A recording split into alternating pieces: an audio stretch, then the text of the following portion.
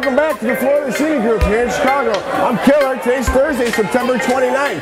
Thank you for everyone's well wishes and happy birthday notes to Dr. J as well as myself. I know I speak on his behalf. We both appreciate it. So let's get into the zone, folks. The CMZ zone. We are seeing a kind of a mixed bag here. The NASDAQ currently down.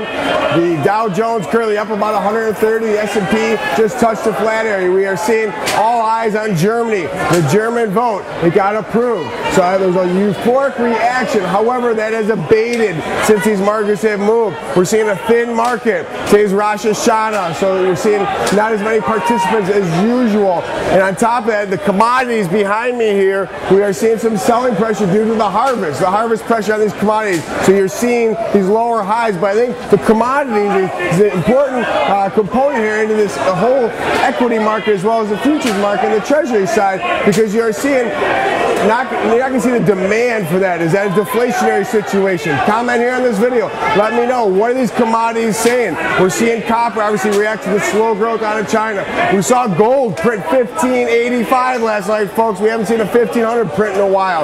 Is this a level to get back in?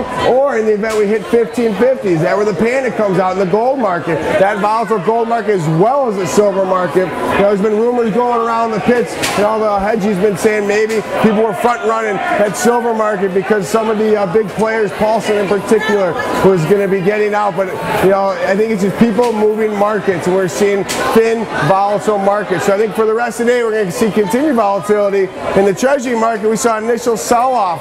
You know, but I've talked about this 10-year level is 1908 down to 1902, and then obviously there's huge support there at 30 underneath. We're seeing a 7-year auction today, so we're going to see how they come and grab this. It's been a pretty strong last two auctions. The last couple, they've been pretty strong demand for these treasuries. So I think all this market is kind of continue to look at Europe, folks, because yes, we got the stamp of approval. Yes, we're going to backstop this. However, no one has addressed how do they get past these bondholders and what haircuts, who's getting what, who's not getting what. So I think that needs to be drilled down on. So it feels like they're kind of just treading on thin air over there, and this is kind of a stall technique. And the markets, they're not going to take many more days of this lack of clarity here, and I think that 1102 in the S&P could be in jeopardy of being breached here if we don't see some clarity next week. So I think tomorrow's going to be another thin day, and speaking of tomorrow, you can hop on CNBC at 8:30 on the bell. I'll be bringing some killer insight to the market, talking a little more, drilling down some treasuries here.